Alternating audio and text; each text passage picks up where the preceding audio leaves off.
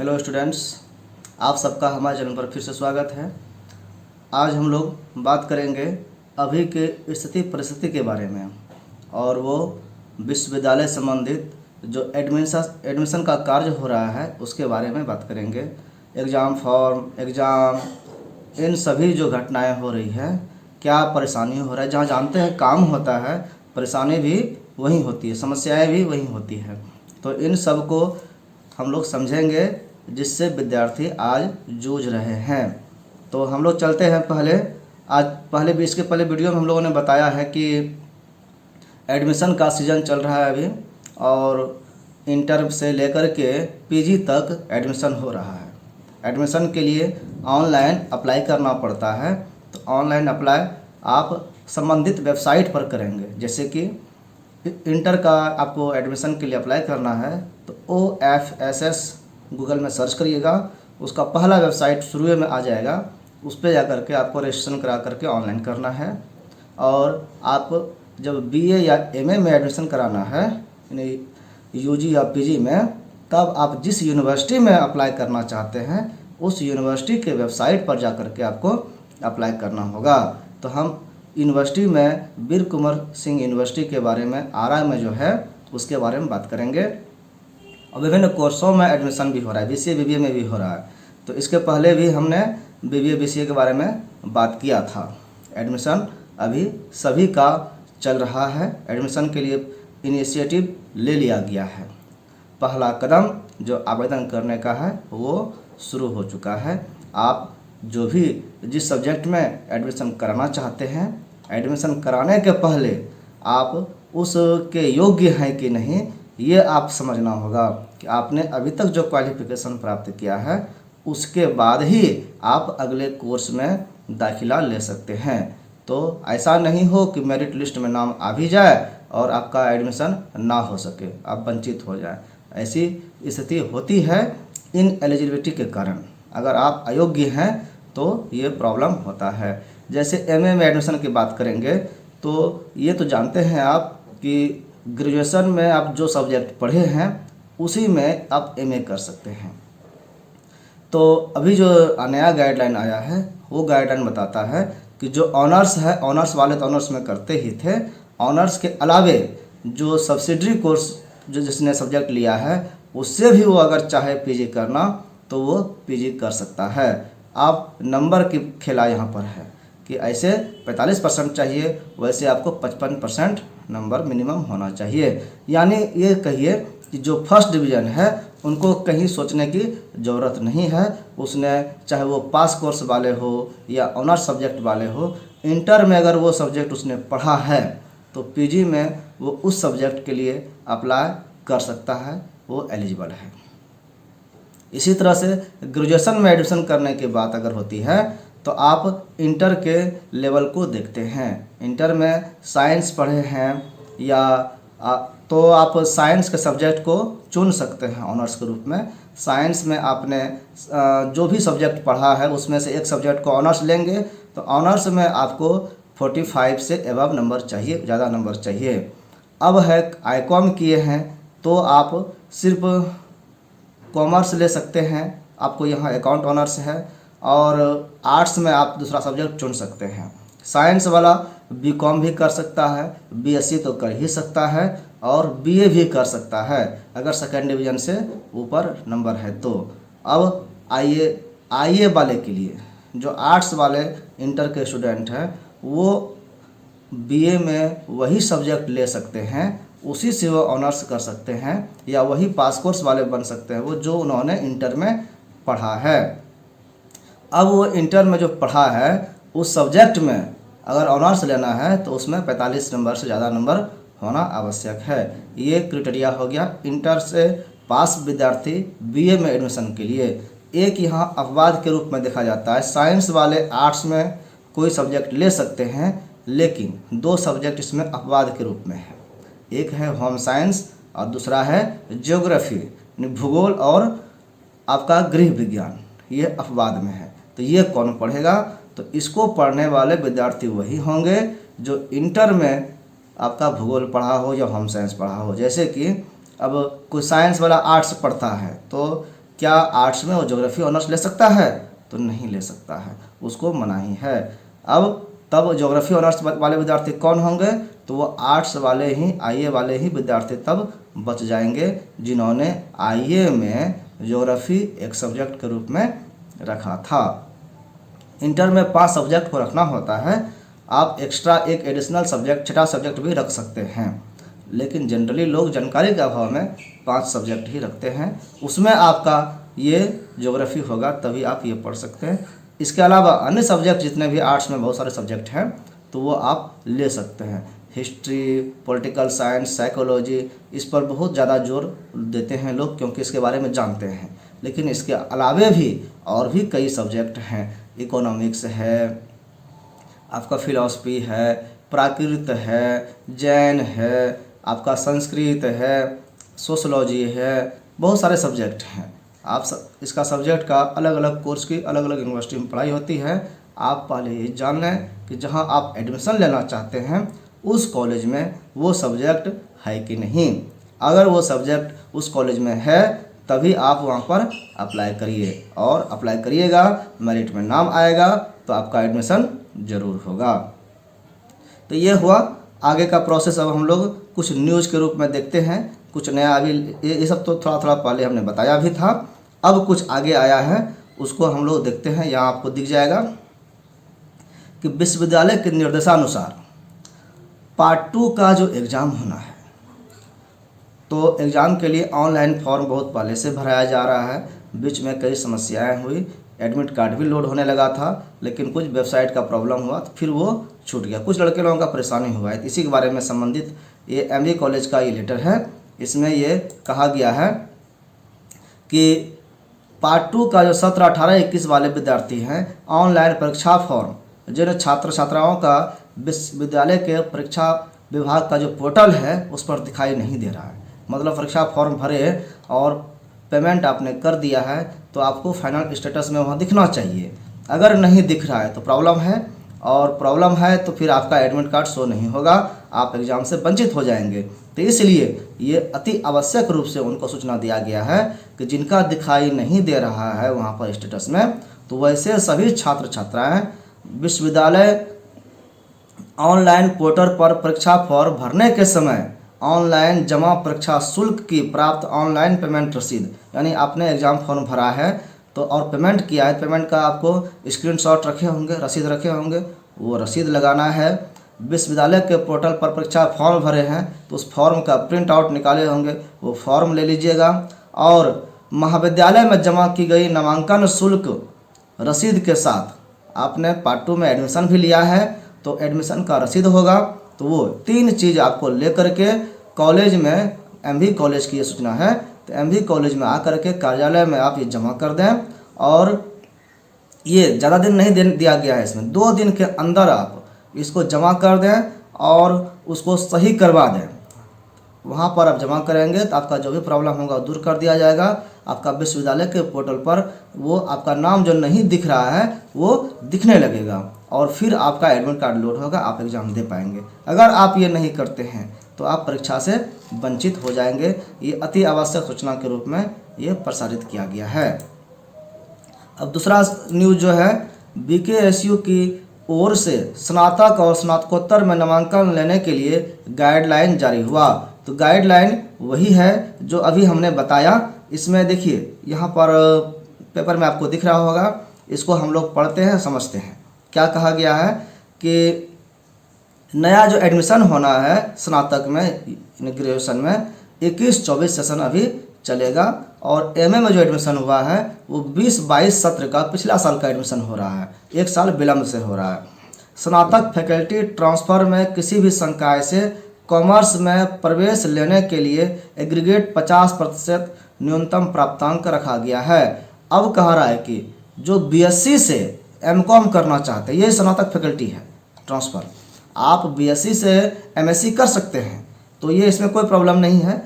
आप बीएससी से फिर एमकॉम अगर करना चाहते हैं तो उसके लिए कहा गया है कि स्नातक फैकल्टी ट्रांसफ़र में किसी भी संकाय से आप अगर कॉमर्स में जाते हैं, तो साइंस से ही कॉमर्स में जाता है लोग, तो आपको 50% अंक आना जरूरी है, यानी 50% से ऊपर आपको नंबर मिला है तो आपको फिर कोई प्रॉब्लम नहीं होगा, एडमिशन हो जाएगा। वहीं साइंस एवं कॉमर्स से आर्ट्स में प्रवेश लेने के लिए न्यूनतम प्राप्तांक एग्रीगेट 45% रखा गया है।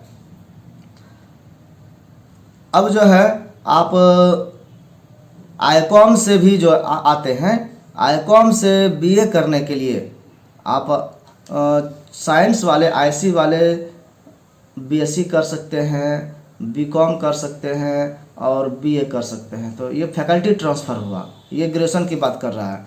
तो फैकल्टी ट्रांसफ़र में 50% नंबर चाहिए। अब साइंस वाले साइंस में जाएंगे, बीएससी करेंगे आईसी वाले तो 45% नंबर चाहिए, आईए वाले बीए करेंगे तो 45 नंबर से ऊपर चाहिए।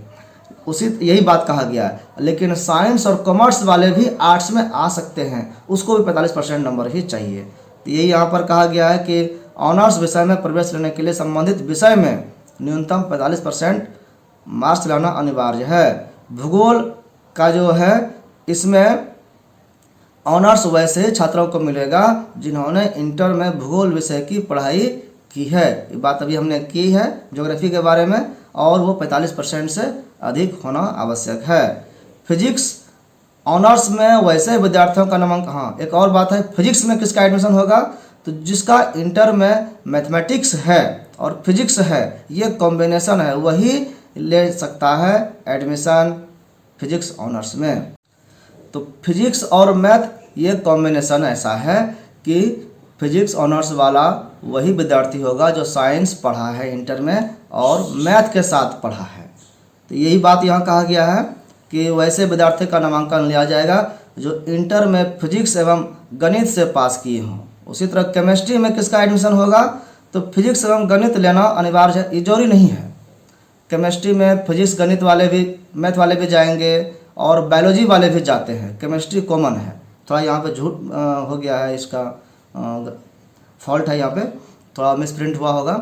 केमिस्ट्री में उसका एडमिशन होता है जो मैथ वाले मैथ फिजिक्स केमिस्ट्री पढ़े हैं उसका भी, और जो मैथ छोड़ कर के फिजिक्स केमिस्ट्री बायोलॉजी पढ़े हैं उसका भी केमिस्ट्री में ये एडमिशन होता है। हाँ, बायोलॉजी वाला रहेगा तो उसका एक सब्सिडरी पेपर बॉटनी जूलॉजी से रहेगा और उसका सब्सिडरी पेपर बॉटनी जूलॉजी रहेगा, और जो मैथ फिजिक्स से किया है उसका सब्सिडरी पेपर जो है फिजिक्स और मैथ होगा। यही अंतर है, सब्सिडरी में अंतर हो जाएगा, ऑनर्स में अंतर नहीं होगा।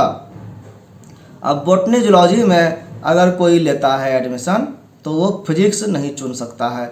बॉटनी में लिया तो जूलॉजी केमिस्ट्री हो जाएगा, जूलॉजी में लिया तो बॉटनी केमिस्ट्री सब्सिडरी के रूप में हो जाएगा, यही यहाँ पर कहा गया है। अब इसके अलावे जो है भाषा ऑनर्स वाले छात्रों को उस विषय में तभी ऑनर्स मिलेगा जब इंटरमीडिएट में वह छात्र उस विषय से 100 पूर्णांक विषय की परीक्षा दिया हो, साथ ही उसमें 45% हो।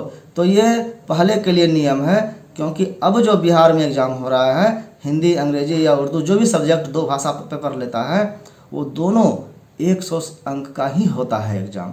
अब दोनों 100 अंक का होने लगा तो मान लीजिए कोई हिंदी इंग्लिश लिया है लैंग्वेज में तो हिंदी से भी ग्रेजुएशन कर सकता है, इंग्लिश से भी कर सकता है, जिससे चाहे वो 45% से ज़्यादा नंबर होना अनिवार्य है।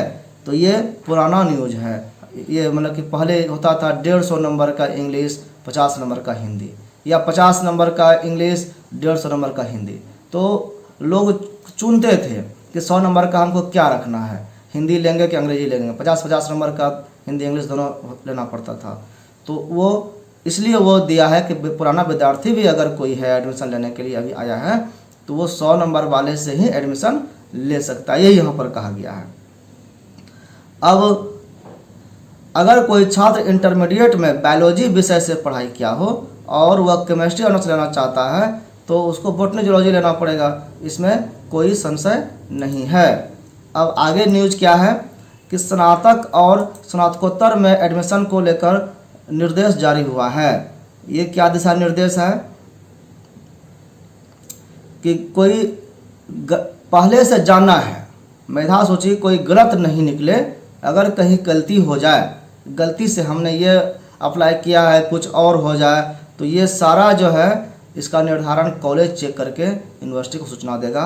यही दिशा निर्देश आया है, इसमें सारा जिम्मेदारी जो है कॉलेज को दिया है कॉलेज इसके लिए जिम्मेदार होगा अगर कुछ गलतियां होती है तो। अगला है नोटिस की नामांकन को ऑनलाइन पेमेंट में आ रही समस्या। अभी जो ऑनलाइन पेमेंट हो रहा है, आप नामांकन करने के लिए जो भी पीजी में एडमिशन करने के लिए हो या ग्रेजुएशन में एडमिशन के लिए हो, तो वो पोर्टल पर जब ऑनलाइन आवेदन करते हैं तो 300 रुपये का वहाँ पर कटता है।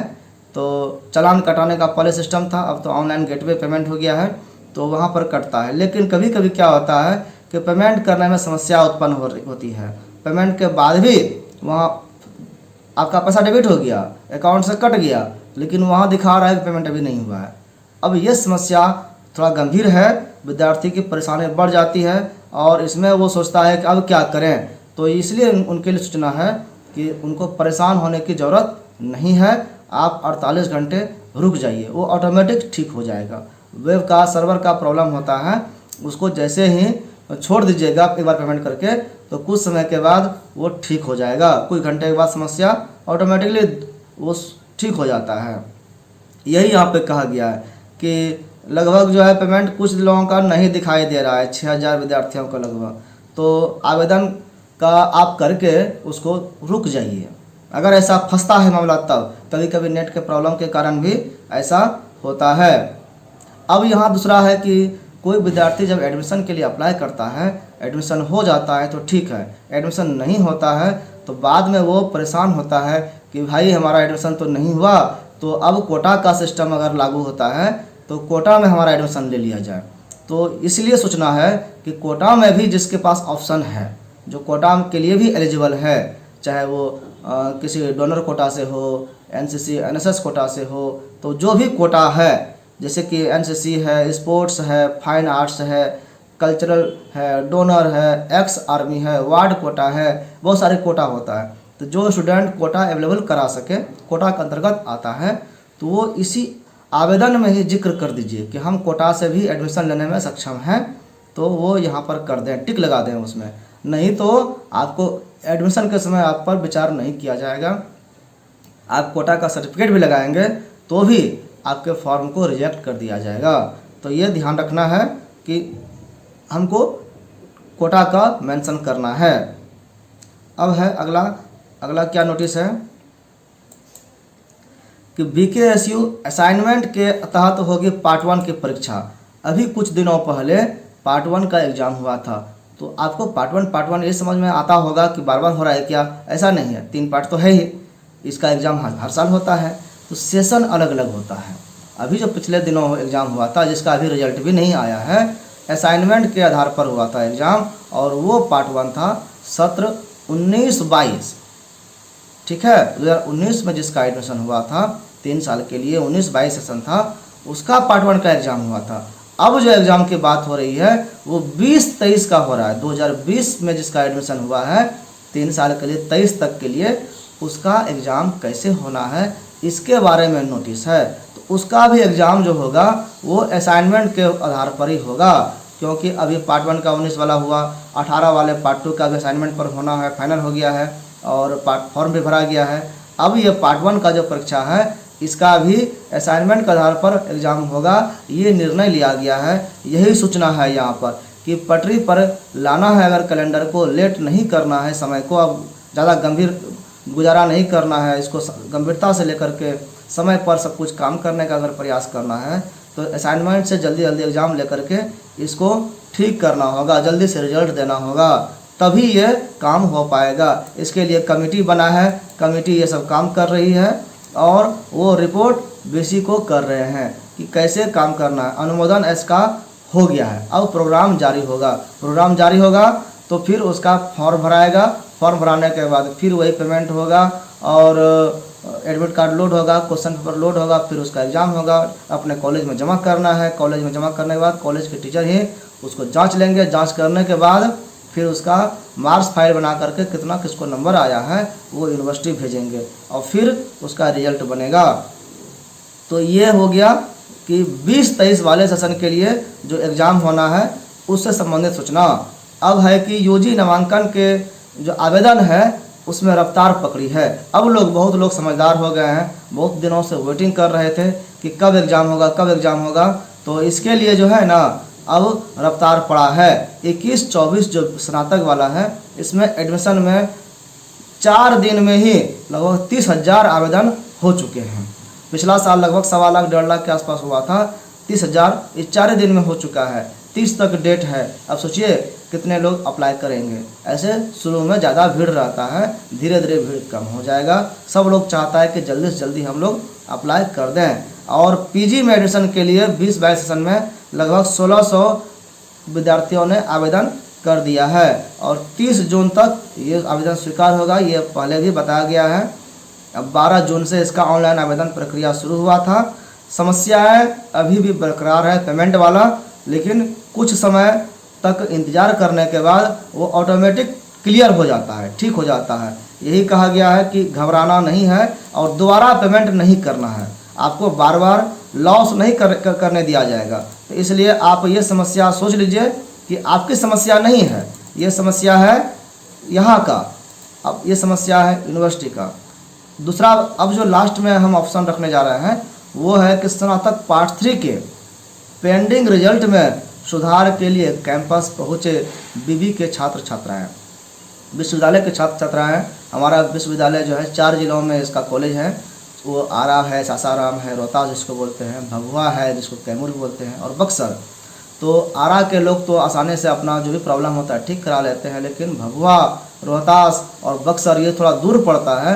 तो यहाँ के विद्यार्थियों को जो समस्या होती है तो बहुत मुश्किल होता है उसको सुधार करवाने में। कॉलेज का मैटर रहता है तो ठीक चलता है वो, लेकिन उसको जब यूनिवर्सिटी बुलाया जाता है या यूनिवर्सिटी जाके ठीक कराना होता है तो बहुत ही मुश्किल होता है। इसी को दिखाया गया है कि 2017-20 सेशन वाले का पार्ट 3 वाले का जो रिजल्ट आया है, बहुत लोगों का इसमें फॉल्ट हुआ है, रिजल्ट त्रुटिपूर्ण है। तो रिजल्ट सुधारने के लिए उसी वेबसाइट पर जो है वहीं पर एक लिंक दिया गया था कि आप क्लेम करिए, आप कंप्लेन करिए। कंप्लेन करने में पार्ट 1 का TR और पार्ट 2 का TR अटैच करना था।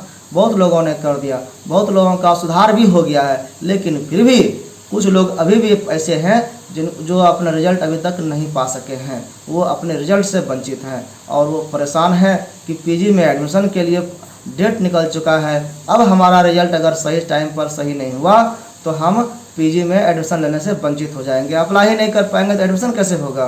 तो अब वो घबरा करके 2 गुना 3 गुना भाड़ा दे करके, चूँकि लॉकडाउन का अभी असर हुआ है, बहुत सारा मुश्किल है, अभी आधा सवारी लेकर के लोग चलते हैं तो भाड़ा डबल लेते हैं और इतना परेशानी लेकर के दिन भर परेशान होकर के जाते हैं यूनिवर्सिटी में कंप्यूटर विभाग और एग्ज़ाम विभाग अलग अलग जगह पर है। अलग अलग जगह पर होने में उन लोगों में कोऑर्डिनेशन नहीं होने के कारण इसका खमियाजा विद्यार्थियों को भुगतना पड़ता है। तो थोड़ी सी गलती सब तरफ से हुआ है। विद्यार्थियों की गलती ये हुई कि उन्होंने जो एग्ज़ाम दिया, बहुत लोगों का फॉल्ट हुआ है कि उन्होंने रोल नंबर सही से नहीं लिखा, किसी ने रजिस्ट्रेशन नंबर सही से नहीं लिखा, किसी ने नाम ही नहीं मेंशन किया है। तो इस तरह से उनकी जो कॉपी है OMR है वो सही जगह पर नहीं पहुंच पाया, तो इस कारण से उनका वहां पर रिजल्ट नहीं बना। आप वेबसाइट पर लिस्ट देखेंगे, जो अनपब्लिश्ड लिस्ट है जिसका रिजल्ट नहीं आया है, उनमें कारण भी दिया गया है कि उस विद्यार्थी का क्या आपका वहाँ पर परेशानी है जिसके कारण रिजल्ट नहीं हुआ है। तो भाई विद्यार्थियों से ये कहना है कि आप अपनी परेशानी देख लीजिए कि आपके फॉर्म में, आपके रिजल्ट में कौन सी परेशानी है जिसके कारण आपका रिजल्ट नहीं आया है। फिर उस परेशानी का जो आंसर होना चाहिए, जो उसका जो कमी है, उस कमी को आप पूरा करते हुए कंप्लेन करिए, आपका ज़रूर सुधार होगा। और नहीं हो पा रहा है तो आप यूनिवर्सिटी में जाके मिलिए, भले वहाँ परेशानी है फिर भी आपका रिजल्ट है, आपको जा कर के ठीक कराना ही चाहिए। और यूनिवर्सिटी की तरफ से है कि भाई उनकी भी समस्याएं हैं कि स्टाफ कम है और सब लोग मिलकर के काम करना चाहते हैं, करते हैं, रात दिन एक किए हुए रहते हैं, लेकिन जितना काम करते हैं उससे कई गुना ज़्यादा लोड उन पर है, तो उनकी भी मजबूरी है। अब फिर भी हर हाल में विद्यार्थियों के कल्याण की बात ही करनी होगी, क्योंकि हम सभी स्टूडेंट्स के लिए ही हैं। उनके शिक्षा को सही तरीके से आगे बढ़े, उनको कुछ भी सुविधा पूर्ण सब कुछ व्यवस्था हो, दुविधा कुछ नहीं हो, कहीं प्रॉब्लम नहीं हो, इसी के लिए तो हम लोग रात दिन लगे रहते हैं। तो जहाँ तक हो सके हम सब उनके साथ हैं, उनका रिजल्ट ठीक हो जाए और वो आगे भी पढ़ाई करने में अपने को सक्षम समझे, आगे के लिए पढ़े। ऐसा नहीं हो कि वो परेशान होकर के अपना पढ़ाई छोड़ दे। बहुत सारे लड़के ऐसे होते हैं कि दौड़ भाग नहीं कर पाते हैं और फिर भगवान भरोसे छोड़ देते हैं, तो उसकी पढ़ाई वंचित हो जाएगी तो उसके जिम्मेदार हम ही होंगे। इसलिए अपनी जिम्मेदारी को समझते हुए सबको मिल करके इस पर ध्यान देने की ज़रूरत है। हाँ, और कॉलेज में पढ़ाई हो ना हो, अभी ऑनलाइन पढ़ाई होने लगी है। सब अपने अपने माध्यम से कॉलेज के वेबसाइट पर मटेरियल डाल रहे हैं, स्टडी मटेरियल, चाहे वो टेक्स्ट मोड में हो या वीडियो मोड में हो, यूट्यूब लिंक पर हो, जूम हो, गूगल मीट हो, उस सब पर क्लास ऑनलाइन हो रहा है। विद्यार्थियों से आग्रह है कि आप उस पर पहुंच करके, वेबसाइट पर पहुंच करके, अपने जो कॉलेज के वेबसाइट है वहां से आप स्टडी मटेरियल ढूंढें, वहां से स्टूडेंट जोन में जा करके आप संपर्क करें, आप क्लास ज्वाइन करें। आप नहीं समझ में आता है तो कॉलेज में जा करके संपर्क करें, ऑफिस खुला हुआ है, और फिर आप पढ़ाई पे ध्यान दें। आप पढ़ेंगे तो आपका एग्ज़ाम भी अच्छा होगा। इस तरह त्रुटिपूर्ण रिजल्ट नहीं आएगा। आप समझेंगे कि एग्ज़ाम कैसे देना है, फॉर्म कैसे भरना है, कैसे फॉर्मेट में भरा जाता है। आप रोल नंबर, कोई विद्यार्थी, कोई ग्रेजुएट विद्यार्थी रोल नंबर भरने में गलती करता है तो कितने शर्म की बात है, ये समझने की ज़रूरत है। ये हमारी कमी है। इस कमी को जितना जल्द हो सके दूर करने का प्रयास करना चाहिए। तो इसी बात के साथ अब हम अपने वाणी को विराम देते हैं। आप सबका दिन शुभ हो। इसी के साथ धन्यवाद।